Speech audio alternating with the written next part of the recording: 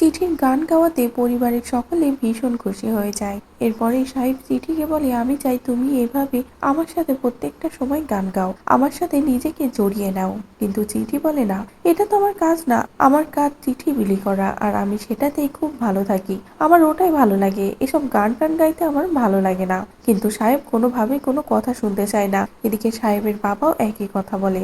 সাহেবের বাবা বলে, এই প্রথমবার আমি কারোর কাছে হারলাম, কিন্তু এই হারটা আমার গর্বের, আমার যে কতটা ভালো লাগছে আমি তোমাকে বলে বোঝাতে পারবো না। এভাবে সাহেবের বাবার ভালোবাসা পেয়ে চিঠি আরো খুশি হয়ে যায়, যেটা দেখে তো পিসিমণি সহ্য করতে পারে না।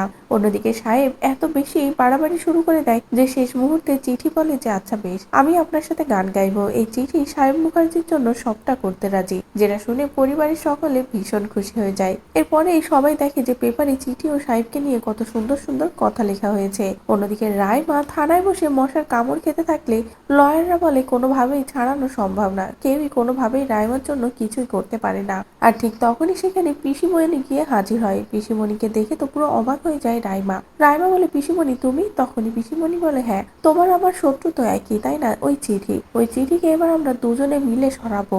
তখনই রাইমা বলে, আমি চিঠি আর সাহেবকে কখনো এক হতে দেব না। পিসিমণি বলে, আমি না, আমরা।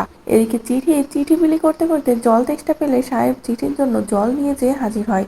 জল খাওয়ার পরে চিঠিকে বলে যে, এবার তুমি গাড়িতে ওঠো। তখনই চিঠি বলে, না, আমার এখনো অনেকগুলো চিঠি বিলি করতে বাকি আছে, আমি এখন গাড়িতে উঠবো না, বলেই সাহেবকে টাটা দিয়ে চলে যায়। অন্যদিকে সাহেব ড্রাইভারকে বলে, ওকে ফলো করতে থাকুন। এরপরে চিঠি নিজের মতো চলতে থাকে, অন্যদিকে সাহেব ও চিঠির পিছন পিছন চলতে থাকে। তো বন্ধুরা, চিঠিকে ভালোবেসে পাগলামি শুরু করে দিল সাহেব। আর এই পাগলামিটাই দেখতে তোমাদের ঠিক কেমন লাগছে কমেন্ট করে জানাও। পরবর্তী আপডেট পেতে চ্যানেলটি সাবস্ক্রাইব করো।